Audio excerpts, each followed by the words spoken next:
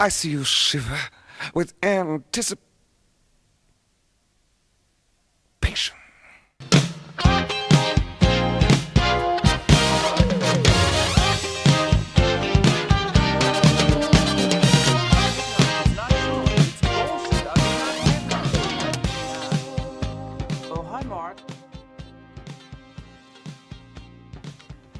What makes a cult film?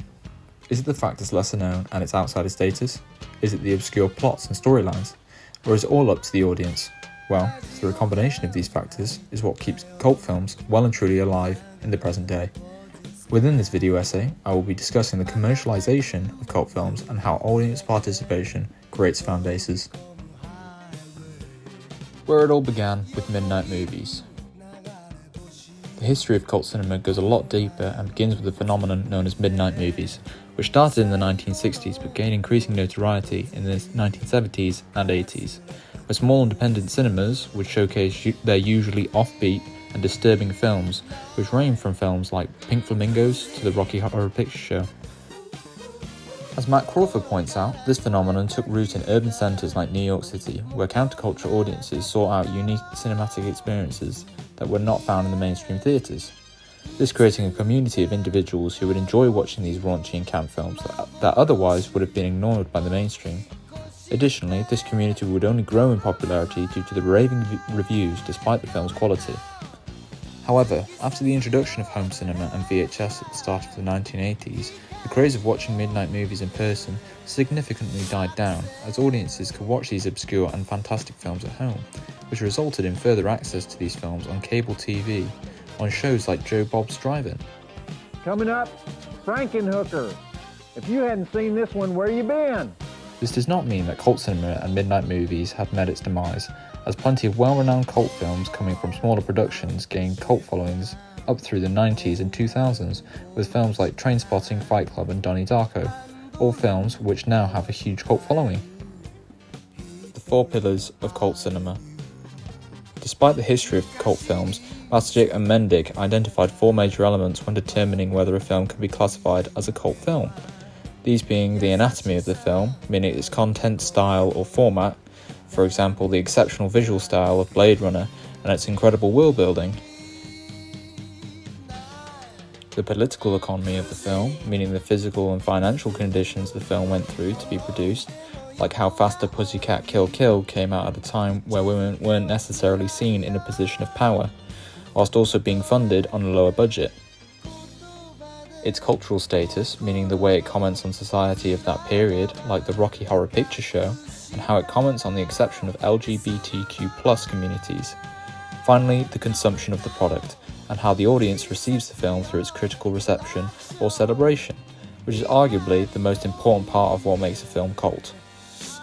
The way a film is received is integral to its longevity, as it creates long-standing audiences who maintain the film's popularity through re-watches and word of mouth, which traditionally is how films like Room by Tommy Wiseau still have such a huge audience, even though they have reviews stating, "It's a movie so bad, so inept, so unbelievably painful, it's almost impossible to comprehend anyone thought it would be great on screen," but still receives the respected title of being known as the Citizen Kane of bad movies.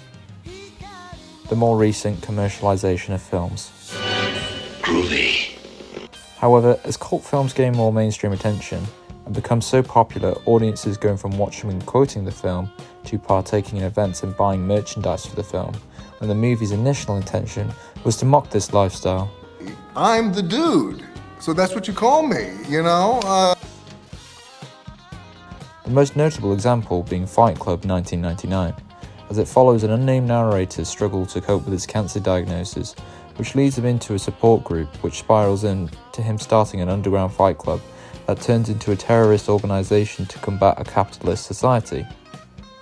One of the film's aims is to be a social commentary about the overindulgence in a consumerist culture, and how we as a society must recognise this and not fall into its capitalist manifest. And to make it even more cult, it discusses the feminisation of masculinity through the main character's insecurity, but proves that it's not a negative thing by showing the harmonisation of Helena Bonham Carter's character, Marla Singer, with the narrator at the end as the city falls around him, and he leans to embrace the femininity in his own masculinity. Despite all of this, the film has an extensive range of merchandise and has had many re-releases with the character of Tyler Durden being the face of a lot of the clothes, stickers and toys, practically diminishing what the film has had to say about consumerist society. On the other hand, it's not just this film, but films like Donnie Darko and Blade Runner, who through their gain of popularity have contradicted their messages of social commentary and commodified their product. The act of community. Although this may seem negative, with conflicting messages, and film studios not giving in to the commercialization of their film does seem to add to their outsider status. However, this prevents a lot of audiences being exposed to the film, which initiates what is known as gatekeeping. As film, for a lot of people, can be seen as a social interaction, and going to the cinema to rewatch or be exposed to new films allows for the formation of communities. This is essential not only to keep a good social life, but also to keep smaller cinemas in business as they are slowly dying out.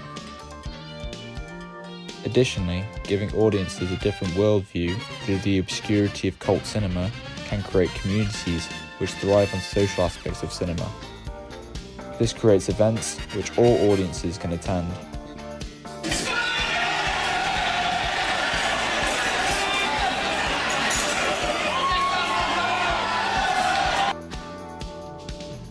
To conclude, although cult films are becoming more commercialised in the modern day, this does not mean that they have lost their outsider status, and in fact, as audiences have become more open to exposing these new films on social media, this strengthens the community of cult cinema enjoyers.